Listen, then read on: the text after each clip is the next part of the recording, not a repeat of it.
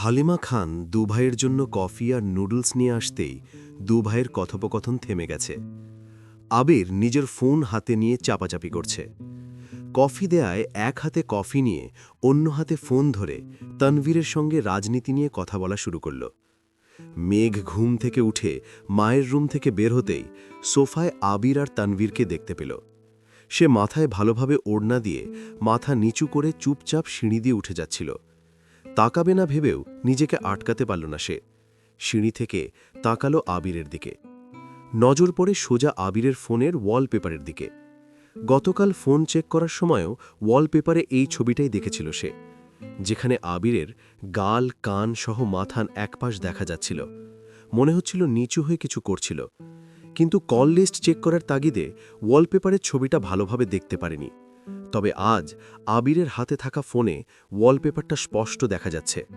ছবিটাতে আবির ঝুঁকে আছে, এক হাতে কোনো মেয়ের হাতের আঙুলগুলো ধরে রেখেছে। সেই সাথে আবিরের ওষ্ঠদ্বয় সেই হাতের উল্টো পিঠের ঠিক মাঝ বরাবর স্পর্শ করে আছে। সদ্য ঘুম থেকে ওঠা মেঘ ঘুম ঘুম চোখে ছবিটা দেখতেই বুকটা ছ্যাঁত করে উঠল। সে নীরের দৃষ্টিতে তাকিয়ে রইল সেই ছবির দিকে। যে আবির ভাইকে ঘিরে রঙিন স্বপ্নে বিভোর ছিল মেঘ, সেই আবির কোনো মেয়ের হাতে চুমু খাচ্ছে। ভাবতেই মেঘের দম বন্ধ হয়ে আসছে।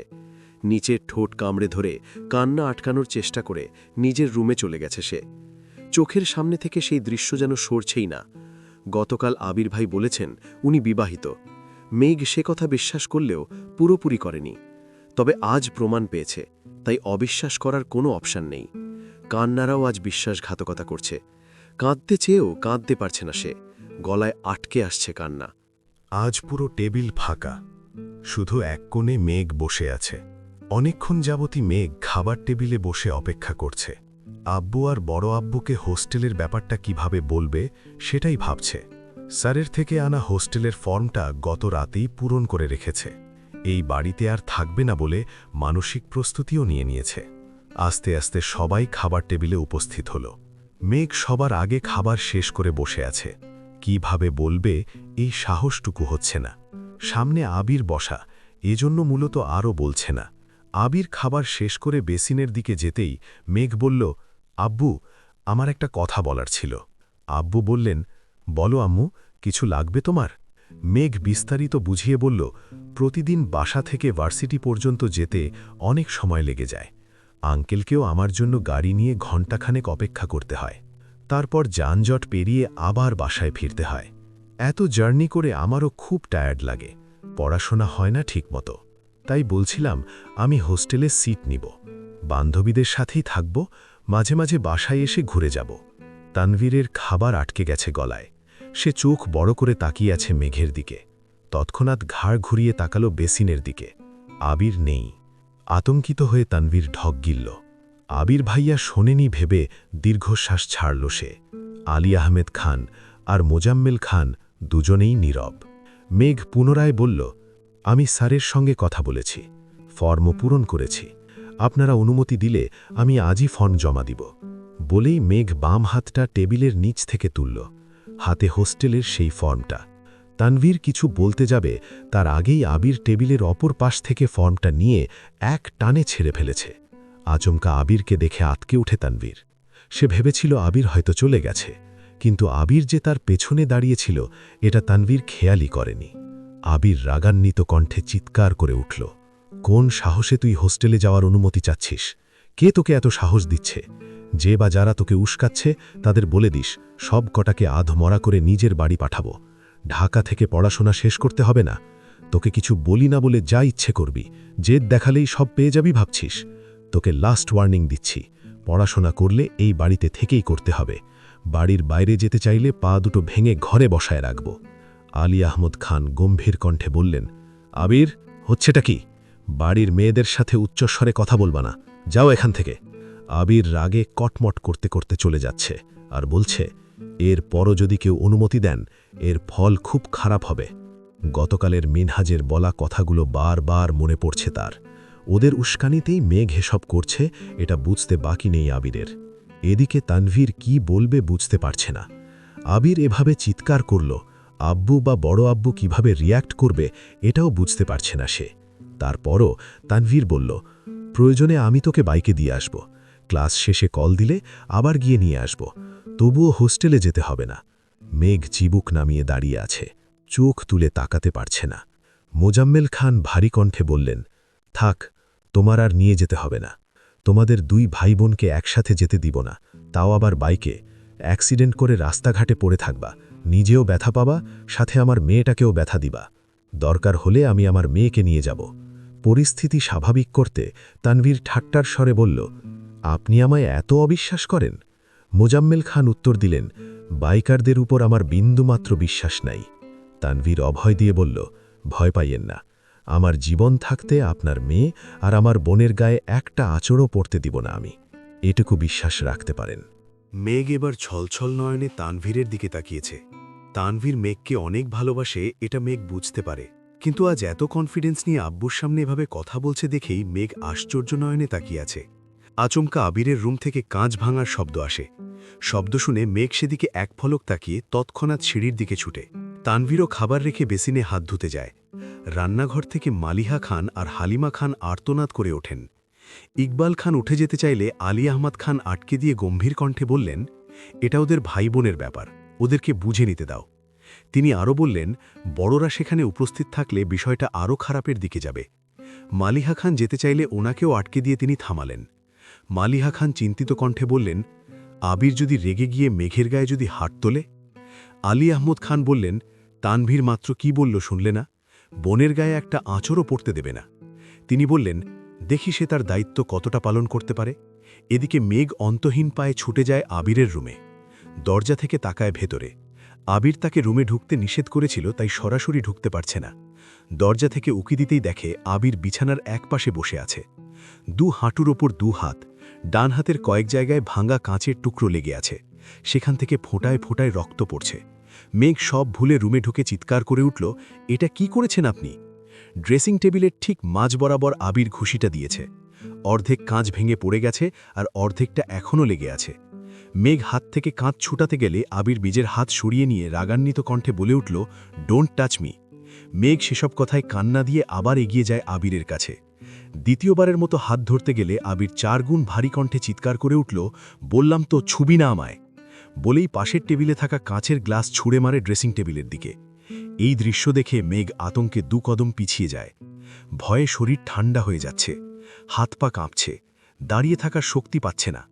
ড্রেসিং টেবিলের বাকি অর্ধেক কাঁচ সাথে গ্লাসের ভাঙা টুকরোতে ফ্লোর ভরে গেছে। মেঘ কপাল কুঁচকে তাকিয়ে আছে আবিরের হাতের দিকে। কাঁচের টুকরোগুলো এখনও হাতে ঢুকে আছে, খোলার চেষ্টাও করছেন না। ফ্লোরে লাল টকটকে রক্ত ভেসে যাচ্ছে। ভয়ে মেঘের গলা শুকিয়ে কাঠ হয়ে গেছে। এমন সময় তানভীর রুমে ঢুকল।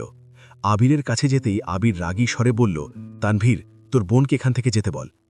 তানভীর স্বাভাবিক কণ্ঠেই মেঘকে বলল, তুই রুমে যা। মেঘ কাঁদো কাঁদো কণ্ঠে বলল, ওনার হাতে কাঁচ। তানভীর থামিয়ে দিয়ে বলল, আমি দেখছি, তুই যা প্লিজ।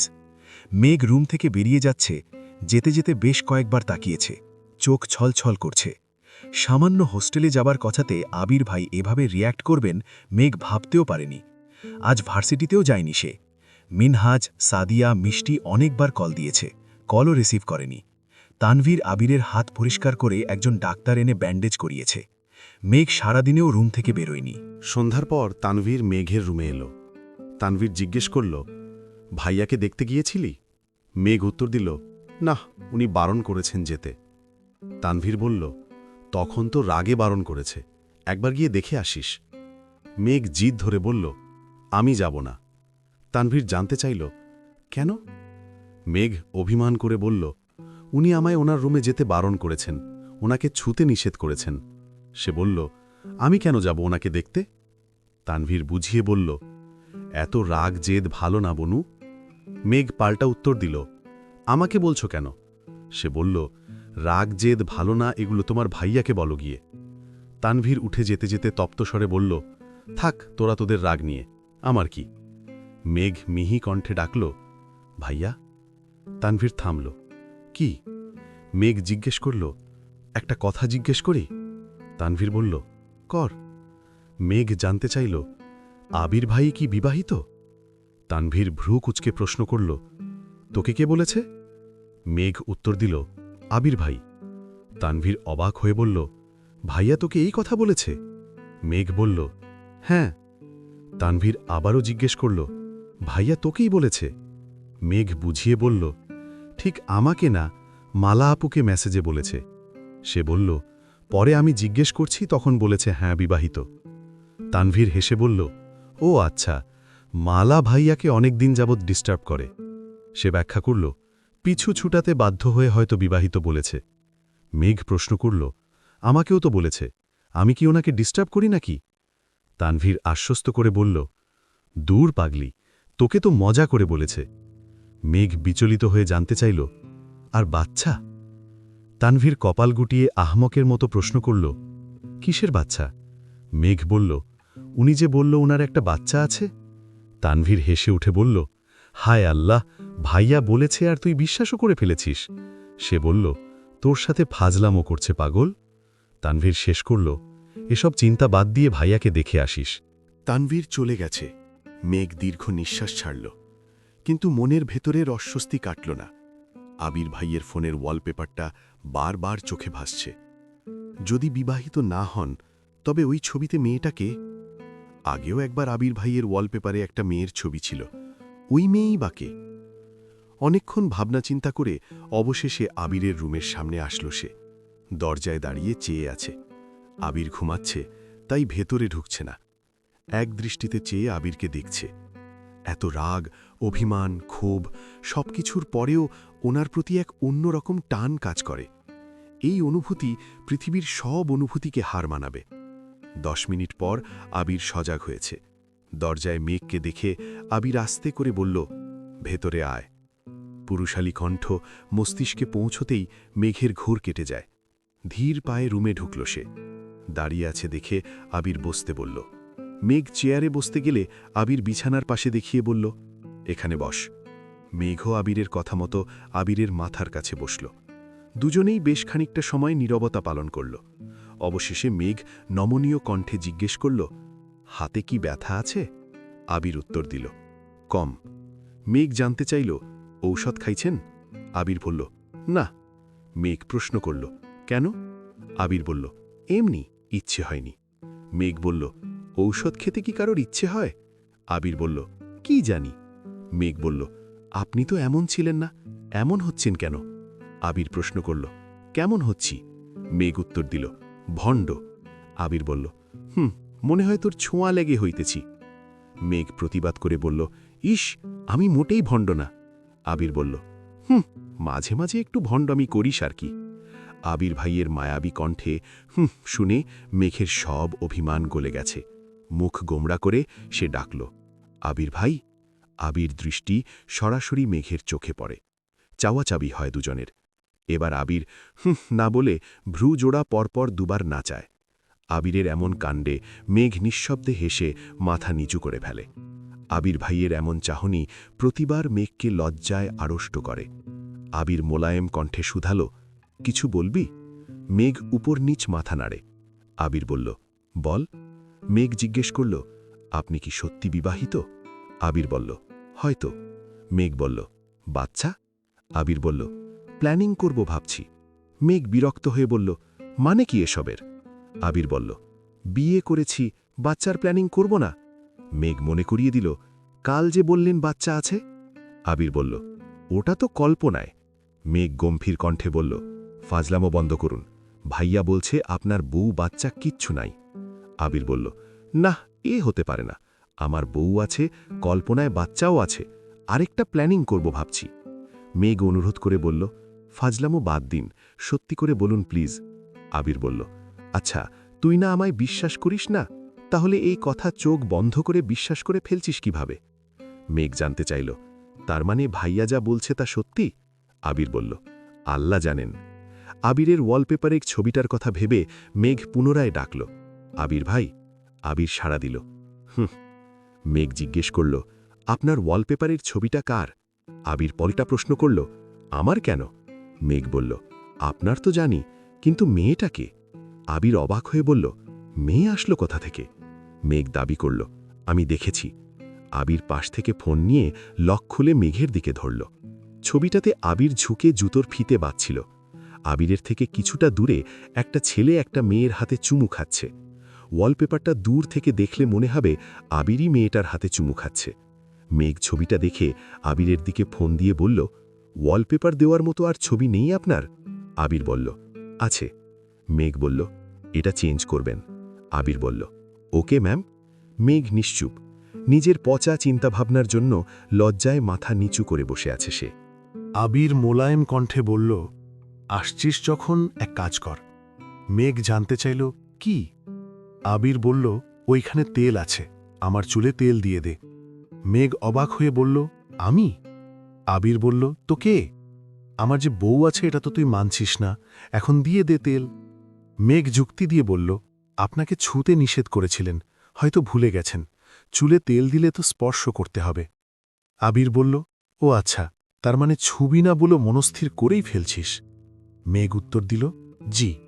আবির বলল, এত জেদ কোথায় থাকে তোর? মেঘ বলল, জানি না।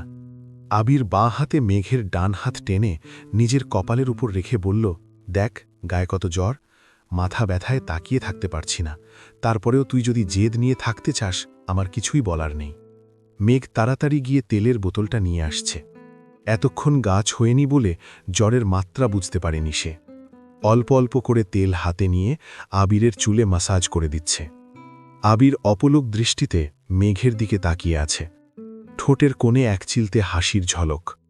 মেঘের নজর পড়তেই মেঘ হালকা ধমকের স্বরে বলল, মাথায় না ব্যথা? চোখ খুলে রেখেছেন কেন? আবির সঙ্গে সঙ্গে চোখ বন্ধ করে ফেলেছে। মেঘ বেশ খানিকক্ষণ চুলে মাসাজ করে মাথা টিপে দিয়েছে। চোখ বন্ধ রাখতে রাখতে আবির কখন যে ঘুমিয়ে পড়েছে নিজেও জানে না। মেঘ 10 মিনিট চুপচাপ বসে রইল। কি করবে বুঝতে না পেরে ভাবল রুমে চলে যাবে। যেই না উঠতে যাবে অমনি আবির কাত হয়ে মেঘের হাত জড়িয়ে ধরেছে। আবির জ্বরের ঘরেই বিড়বিড় করছে, তুই যাইস না প্লিজ। মেঘ দুবার আবিরকে ডাকে, কিন্তু আবির গভীর ঘুমে তলিয়ে আছে। জ্বর বাড়তেছে। জলপট্টি দিবে যে তার ব্যবস্থাও নেই। আবির হাত আঁকড়ে ধরায় উঠতেও পারছে না। আবিরের মাথায় হাত বুলাচ্ছে। আবিরকে ডাকছে, কিন্তু আবিরের কোনো সাড়া নেই। কপালে গলায় হাত দিয়ে মেঘ বারবার জ্বর পরীক্ষা করছে। দিশাবিশা না পেয়ে মেঘ নিজের গাল আবিরের কপালের সঙ্গে মিশিয়ে রেখেছে, যেন গায়ের তাপ কিছুটা হলেও মেঘের শরীরে চলে আসে। মেঘ নিজের গাল আবিরের কপালে চেপে ধরেছে ঠিকই, কিন্তু হৃদয়ের তোলপাড় কোনো ক্রমে সামলাতে পারছে না। আবিরের গা থেকে আসা তীব্র ঝাঁঝালো গন্ধ মেঘের নাক দিয়ে ঢুকে সোজা স্নায়ুতন্ত্রকে কম্পিত করছে। মেঘের নিঃশ্বাস ভারী হয়ে আসছে, ঘন ঘন শ্বাস ছাড়ছে, যা আবিরের নাকে মুখে পড়ছে। নিজেকে সংযত করতে না পেরে মেঘ তৎক্ষণাৎ উঠে বসেছে। বুকটা অসহনীয় পর্যায়ে কম্পিত হচ্ছে, ফিনফিন করে কাঁপছে ঠোঁট। হাত ছাড়ানোর চেষ্টা করছে, কিন্তু সম্ভব হচ্ছে না। এদিকে আবিরের জ্বর কমছে না, বরং ক্রমে ক্রমে বেড়েই চলেছে। মেঘ নিচে গিয়ে বড় আম্মুকে ডাকবে, এই সুযোগটাও পাচ্ছে না। মেঘের ফোন রুমে রেখে আসছিল। আবিরের ফোনের লক খুলতে পারছে না। আবিরের জ্বর বাড়তেছে দেখে দুরু দুরু কাঁপছে বুক, চোখে মুখে চিন্তার ছাপ। আবিরের আকস্মাৎ কাণ্ডে মেঘের নিঃশ্বাস আটকে গেছে, স্তব্ধ হয়ে গেছে সে। আখি জোড়া প্রশস্ত হয়ে গেছে, এই বুঝি কোটর ছেড়ে বেরিয়ে আসবে। নিঃশ্বাসের সঙ্গে সঙ্গে হৃৎস্পন্দনও থেমে গেছে। জ্বরের ঘোরে আবির বালিশ থেকে সরে মেঘের উরুতে শুয়েছে। এক হাতে মেঘের কোমর আঁকড়ে ধরেছে। আবিরের মুখ ঠিক মেঘের উদরের সঙ্গে মিশে আছে। আবিরের উষ্ণ শ্বাস জামা ভেদ করে মেঘের নমনীয় উদর স্পর্শ করছে। এতেই মেঘ পাথর বনে গেছে। অনেকটা সময় নিঃশ্বাস আটকে ছিল। শেষ পর্যায়ে ভেতরে আটকানো নিঃশ্বাসটা খুব জোরে ছাড়ে। বক্ষপিঞ্জরে আবদ্ধ পাখিটা এই বুঝি উড়ে যাচ্ছে। আবিরের এক একটা নিঃশ্বাস মেঘের উদর স্পর্শ করছে, আর মেঘের ছোট্ট দেহ প্রতিবার কম্পিত হচ্ছে।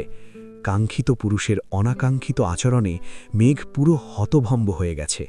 কিছু সময়ের ব্যবধানে শ্বাসনালীতে তুফান শুরু হয়ে গেছে। গলা শুকিয়ে কাঠ, বারবার ঢোক গিলছে সে। অবিরত কাঁপছে দুহাত।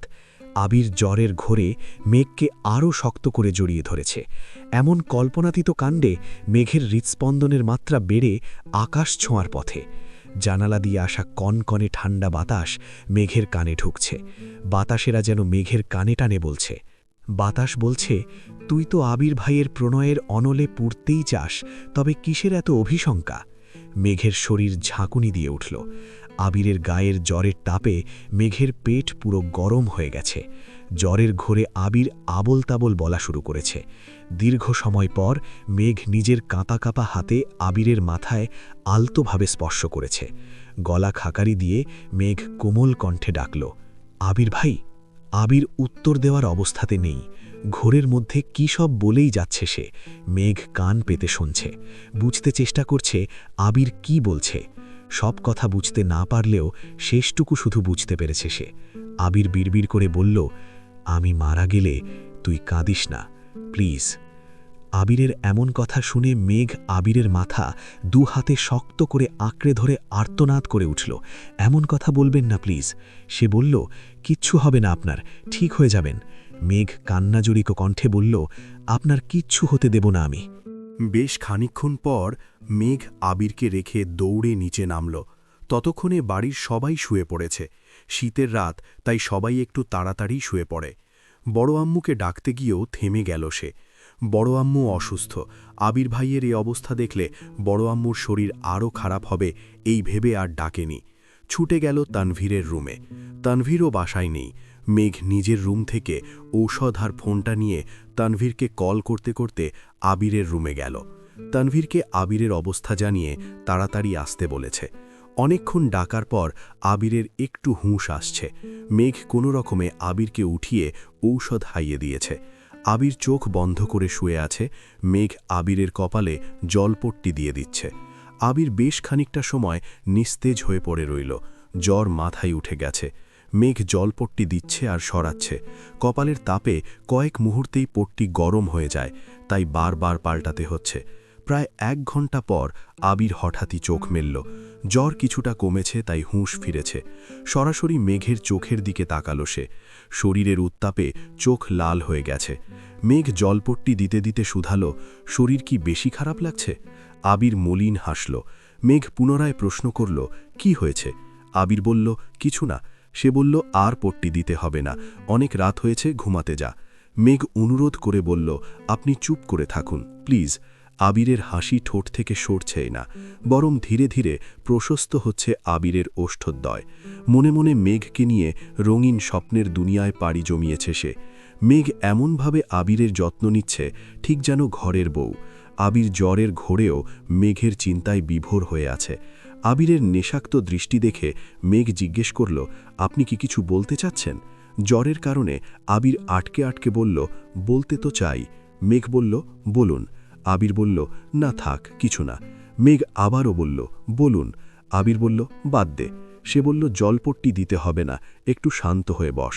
আবির বলল, হাত নড়াচড়া করছিস, পরে হাত ব্যথা করবে। মেঘ গম্ভীর কণ্ঠে বলল, আমার হাত ব্যথার চিন্তা আপনাকে করতে হবে না। সে বলল, নিজের হাত নিয়ে ভাবুন। আবির উত্তর দিল, আমার হাত ঠিক হয়ে যাবে। মেঘ হঠাৎই মায়াবী দৃষ্টিতে আবিরের চোখের দিকে তাকিয়েছে। মেঘের দুচোখ ছলছল করছে। বুকে চাপা পড়া কষ্টে ভেতরটা ক্ষতবিক্ষত হয়ে যাচ্ছে। আবিরের নজরও ঠিক মেঘের চোখ বরাবর। অষ্টাদশীর মায়াবী দৃষ্টি আবিরের বুকে ধ্রিম ধ্রিম কম্পনের কারণ। অনুভূতি লুকাতে অক্ষম, জ্বরের কারণে আবিরের হৃদয়ের ব্যাকুলতা স্পষ্ট বোঝা যাচ্ছে। মেঘ আবিরের চুলে হাত বুলাতে বুলাতে কোমল কণ্ঠে বলল, আপনি এমন কেন করেন? আবির ক্ষীণ হেসে প্রশ্ন করল, কেমন করি? মেঘ বলল, নিজেকে এত আঘাত করেন কেন? সকালে এভাবে হাত না কাটলে তো এখন জ্বরটা উঠত না। আবির উত্তর দিল, রাগ কন্ট্রোল করতে পারি না, এতে আমার কি দোষ? মেঘ বলল, এত বড় ছিলে হয়েও রাগ কন্ট্রোল করতে পারেন না, আবার আমায় জেদ কমাতে বলেন। আবির বলল, তোর জেদটা কমালেই আমার রাগ কমে যাবে। মেঘ জানতে চাইল, কিভাবে? আবির বলল, তা তো এখন বলবো না। জ্বর তো এখন কমেছে, তুই বরং রুমে চলে যা। মেঘ প্রশ্ন করল, তাড়িয়ে দিচ্ছেন কেন? আবির বুঝিয়ে বলল, তাড়াচ্ছি না, শীতের রাত এমনিতেই ঠান্ডা অনেক, তার মধ্যে এত রাতে তুই আমার রুমে। মেঘ বলল, আজব তো, এত রাতে কি আমি শুধু শুধু আপনার রুমে আসছি নাকি? ভাইয়া বলছিল বলেই আসছি, আর আমি না আসলে তো জানতামও না যে আপনি জ্বরে পড়ে আছেন। ঔষধ পর্যন্ত খাননি, ঔষধটা খেয়েছেন বলেই জ্বরটা একটু কমেছে। তাছাড়া আমি নিচে গিয়েছিলাম, বড় আম্মু আম্মু সবাই ঘুমেছিল, তাই ডাকিনি। ভাইয়াকে কল দিয়ে বলছি ভাইয়া আসতেছে। বাসায় কেউ অসুস্থ হলে কি দেখাও যাবে না? আবির বলল, আচ্ছা বাবা, সরি, আর কিছুই বলবো না তোকে। মেঘ বলল, কিছু বলতে হবে না, কি খাবেন সেটা বলুন, খাবার নিয়ে আসি। আবির বলল, কিছু খাবো না, মাথায় প্রচণ্ড ব্যথা করছে, তুই শুধু মাথায় হাত বুলিয়ে দে তাহলেই হবে। মেঘ আলতো হাতে মাথায় হাত বুলিয়ে দিচ্ছে। একসময় আবির ভাইয়ের চুলে হাত দেওয়ার কত ইচ্ছে ছিল, কতই না বাহানা খুঁজেছে, কিন্তু সাহস করে ছুতে পারত না। আজ আবির ভাই নিজেই সেই অধিকার দিয়েছেন। মেঘ আবিরের মলিন চেহারায় তাকিয়ে ঈষৎ হাসল। আবিরের চোখ বন্ধ। মেঘ এক দৃষ্টিতে আবিরের মুখের পানে চেয়ে আছে। এই শ্যামবর্ণের পুরুষ যে অষ্টাদশীর মনের রাজ্যের একমাত্র রাজকুমার, যাকে নিয়ে রোজ রাতে স্বপ্নের দেশে পাড়ি জমায়, কল্পনায় ঘুরে বেড়ায় দেশ থেকে দেশান্তরে। অষ্টাদশীর মণিকোঠায় একমাত্র আবির ভাইয়ের বসবাস। তখনই তানভীর রুমে ঢুকল। আবির ঘুমাচ্ছে। মেঘ আবিরের মুখের পানে চেয়ে মাথায় হাত বুলাচ্ছিল। তানভীর হুট করে রুমে প্রবেশ করে এই দৃশ্য দেখে হচকচিয়ে উঠল। রুম থেকে বেরিয়ে যাবে নাকি ঢুকবে বুঝতে পারছে না সে। তানভীর আস্তে করে গলা খাঁকারি দিতেই মেঘ আতকে উঠল। আবিরের থেকে কিছুটা দূরে সরে বসল সে। তানভীর কাছাকাছি এসে জিজ্ঞেস করল, ভাইয়ার জ্বর কি কমছে? মেঘ ছোট করে বলল, অনেকটা কমেছে। তানভীর আবিরের কপালে আর গলায় হাত রেখে জ্বরের মাত্রা বোঝার চেষ্টা করল। তারপর স্বাভাবিক কণ্ঠে বলল, তুই আর কিছুক্ষণ বস, আমি ফ্রেশ হয়ে আসছি। মেঘ বলল, আচ্ছা। তানভীর রুম থেকে বের হতে হতে মুচকি হাসল। সে এটাই চাইছিল। সকাল থেকে সারা দিন আবিরকে বুঝিয়ে মাথা ঠান্ডা করেছে। মিনহাজের প্রতি যতটা না ক্ষোভ, তার থেকেও বেশি রাগ উঠেছিল মেঘের প্রতি। আবির যেখানে আব্বু আম্মু চাচা চাচিদের সামনে নিজেকে সংযত রাখার চেষ্টা করে, মেঘ সেখানে হুট করে সবার সামনে বাড়ি ছাড়ার কথা বলে ফেলছে। আবির মন প্রাণ দিয়ে চেষ্টা করছে সম্পর্ক ঠিক করতে, অন্যদিকে মেঘ কিছু মানুষের উস্কানিতে সেটা ভাঙতে চাইছে। এই জন্যই মূলত আবিরের রাগ কন্ট্রোলের বাহিরে চলে গেছে, আর আব্বু চাচ্চুর সামনে যা তা বলে ফেলছে। আবির নিজেও ভেবে পাচ্ছে না আব্বু চাচ্চু এই ঘটনাটা কিভাবে নিয়েছে বা এর পরিণাম কি হতে চলেছে। মেঘের ভুল আর অন্যায়গুলো তানভীর খুব সুন্দর করে ঢাকার চেষ্টা করেছে। আবিরের মাথা ঠান্ডা করতে তানভীর শেষ পর্যন্ত হুমকিও দিয়েছে। সে বলেছিল, যদি মেঘের সঙ্গে ঠিকঠাক মতো কথা না বলে, তাহলে সে নিজে মেঘকে নিয়ে হোস্টেলে দিয়ে আসবে। এক প্রকার বাধ্য হয়েই আবির শর্ত মেনে নিয়েছে। শত রাগের পরও মেঘকে না দেখে আবির থাকতে পারবে না। গত 7 বছর অনেক কষ্টে নিজের আবেগকে নিয়ন্ত্রণ করে রেখেছে, আর সম্ভব না। এখন কয়েক ঘন্টা মেঘকে না দেখলেই ছটফট করতে থাকে। বাসায় থাকলে কারণে অকারণে বারবার নিচে আসে যেন মেঘকে এক পলক দেখতে পারে। তানভীর রুমে চলে গেছে। মেঘ খানিকটা সময় মাথা নিচু করে বসে রইল। নির্লজ্জের মতো আবির ভাইকে দেখছিল, এটা ভালিয়া দেখে ফেলছে ভেবেই লজ্জায় মুখ তুলতে পারছে না। আবির ঘুমের মধ্যে পাশ ফিরতেই বালিশের উপর রাখা মেঘের হাত আবিরের গাল স্পর্শ করে। আবিরের গালের খোঁচা খোঁচা দাড়ির স্পর্শে মেঘের গাত্রে শিহরণ জাগে। শিরা উপশিরায় তুফান শুরু হয়ে গেছে। হুটহাট আবির ভাইয়ের অনাকাঙ্ক্ষিত স্পর্শ মেঘের হৃদয়ে প্রেমানুভূতি জাগ্রত করে। হাত সরিয়ে মুগ্ধ আখিতে পাকিয়ে রইল আবিরের অন্য পাশের গালে। আবির কখনো ক্লিন শেভ করে না, ছোট করে কেটে রাখে দাড়ি। সপ্তাহখানেক আগেই হয়তো কাটিয়েছিল, এখন কিছুটা বড় হয়েছে। খোঁচা খোঁচা দাড়িসহ গালটা মেঘকে টানছে। আবির ভাইয়ের প্রতি তীব্র প্রেমানুভূতি, মুগ্ধতায় পরিপূর্ণ গাল মেঘের হৃদয়ের সমস্ত প্রাচীর ভেঙে দিচ্ছে।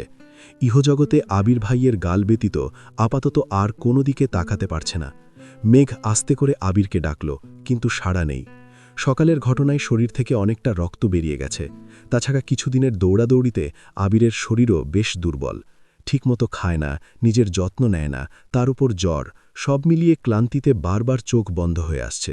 তাছাড়া প্রেয়সীর সঙ্গ পেয়ে আবিরের হৃদয় প্রশান্তিতে ভরে গেছে। মেঘ মাথায় হাত বুলিয়ে দেয়, আবিরের মনে হচ্ছিল ইহজগতে আর কিছুই প্রয়োজন নেই তার। এভাবেই তার স্প্যারোকে নিয়ে বাকি জীবন কাটিয়ে দিবে সে। আবিরের সাড়া শব্দ না পেয়ে মেঘ দ্বিতীয় ও তৃতীয়বার ডাকল, কিন্তু আবির গভীর ঘুমে তলিয়ে আছে। মেঘ ধীরে ধীরে বিছানা থেকে নেমে আবিরের গালে টুক করে কিস করেই রুম থেকে ছুটে পালায়। বেলকনিতে যেতেই আর একটুর জন্য তানভীরের সঙ্গে ধাক্কা লাগতে যাচ্ছিল। তানভীর সামনে থেকে সরে কিছুটা তপ্ত স্বরে প্রশ্ন করল, এভাবে ছুটছিস কেন, কি হয়েছে? মেঘ উত্তর দিল, কিছু না, বলেই মেঘ নিজের রুমে চলে গেছে। তানভীর আবিরের রুমে ঢুকতেই দেখে আবির গালে হাত দিয়ে হা করে তাকিয়ে আছে। তানভীরকে ঢুকতে দেখেই আবির তৎক্ষণাৎ হাত সরিয়ে স্বাভাবিক হওয়ার চেষ্টা করে। তানভীর ঠাট্টার স্বরে বলল, আমি কি অসময়ে চলে আসলাম? আবির নিঃশব্দে হেসে লেপের নিচে মুখ লুকিয়েছে। তানভীর হাসতে হাসতে বলল, নববধূও এত লজ্জা পাবে না, তুমি যতটা লজ্জা পাচ্ছ। সমস্যা নেই, আমি কিছু বুঝি নাই, চিল।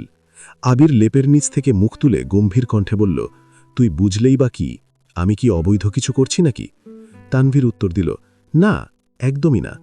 তানভীর একটু থেমে সিরিয়াস মুডে বলল, থ্যাঙ্কস ভাইয়া। বিশ্বাস করো, তোমাদের দুজনকে হাসি খুশি দেখলে আমার সব দুশ্চিন্তা দূর হয়ে যায়। সবসময় এভাবেই থেকো প্লিজ। আবির বলল, ভাইরে, এভাবে থাকলে নিজেকে নিয়ন্ত্রণ করা কষ্ট হয়ে যাবে। তোর বোনের যন্ত্রণায় আমি কোনো একটা অঘটন ঘটিয়ে ফেলব। তানভীর অভয় দিয়ে বলল, তোমার প্রতি আমার বিশ্বাস আছে, তারপরেও কোনো অঘটন ঘটলে সমস্যা নেই, আমি সামলে নিব। তানভীর খানিকক্ষণ চুপ থেকে পুনরায় বলল, হাতের কি অবস্থা? ব্যথা আছে? আবির বলল, আছে, একটু কম। তানভীর বলল, তুমি জানো তোমার নিজের দোষেই আজ তোমার এই অবস্থা। আবির অবাক হয়ে বলল, আমি আবার কি করলাম? তানভীর ব্যাখ্যা করল, তোমার কিছুদিনের আচরণে এমনিতেই বোনর মেজাজ বিগড়েছিল, তার মধ্যে তুমি বিবাহিত এ কথা কেন বলতে গেছিলা? তার উপর তুমি নাকি এক বাচ্চার বাপ, এসব বলছিলা কেন? এজন্যই জিদে হোস্টেলে যাওয়ার সিদ্ধান্ত নিছিল। আবির অসহায়ভাবে বলল, আমি কি করব? ওই দিন ফোনটা রেখে জাস্ট একটু রুমে গেছি আর আসছি, এর মধ্যে তোর বোন আমার ফোন চেক করে ফেলছে, মালাকে পাঠানো মেসেজ দেখছে, কতটুকু পড়তে পারছে জানি না। তাছাড়া ওয়ালপেপারে যে তোর বোনের সঙ্গে ছবি দেয়া, ওই ছবিও নিশ্চয়ই দেখছে। কতটুকু কি দেখছে তা বুঝার জন্যই বউ আর বাচ্চার কথা বলছি। তোর বোনের রিয়াকশন দেখে বুঝছি ওয়ালপেপারটা সে ভালোভাবে খেয়াল করেনি। কিন্তু পরদিন তুই আর আমি যখন সোফায় বসেছিলাম, তখন তোর বোন সিঁড়ি থেকে আবারও আমার ফোনের ওয়ালপেপারটা দেখছে। বউ বাচ্চার ব্যাপারটা বিশ্বাস করুক আর না করুক, ওয়ালপেপার দেখছে মানে ওরে আর কোনোভাবেই কিছু বিশ্বাস করাতে পারবো না। তাই বাধ্য হয়ে আমার ছবি দিয়ে আর একটা ছবি এডিট করাইতে হয়েছে। ওই ছবিটা ওয়ালপেপার দিয়েছি, যাতে তোর বোন ভুল না বোঝে। ভাগ্য ভালো, দূর থেকে তোর বোন ওয়ালপেপারটা ঠিকঠাক মতো দেখেনি, না হয় শিওর বুঝে যেত এটা এডিট করা ছবি। তানভীর হাসতে হাসতে আবিরের উপর গড়িয়ে পড়ছে। তানভীরের অট্ট হাসি দেখে আবিরের ভ্রুযুগল কুচকে আসে, কণ্ঠ খাদে নামিয়ে হুঙ্কার দেয়, পাগলের মতো হাসছিস কেন? তানভীরের হাসি থামছেই না, হাসতে হাসতে কোনো মতে বলল, আমার বোনকে এত ভয় পাও? আবির উত্তর দিল, ভয় তো পেতেই হবে, একমাত্র বউ বলে কথা। ও মানে কি না জানি না, আমি তো ওকে আমার বউ মানি। আমার মতে পৃথিবীর 90% বিবাহিত পুরুষই তাদের বউকে ভয় পায়। পৃথিবীর বুকে রাজ করা পুরুষটাও তার বউয়ের সামনে নাথিং। এর একটাই কারণ, বউয়ের প্রতি প্রবল ভালোবাসা। আর বাকি যে 10% পুরুষ আছে, তারা বউকে ভালোই বাসে না। পছন্দ তো একজনকে করিসই, দেখবি রাজনৈতিক ক্ষমতা দাপট তার সামনে কিচ্ছুই না। তানভীরের হাসি থেমে গেছে। সত্যি তাই, সত্যি বন্যার প্রতি যবে থেকে ইমোশন কাজ করে, তবে থেকে নিজেকে প্রতিনিয়ত পরিবর্তন করার চেষ্টা করছে তানভীর। কেন করছে সে নিজেও জানে না।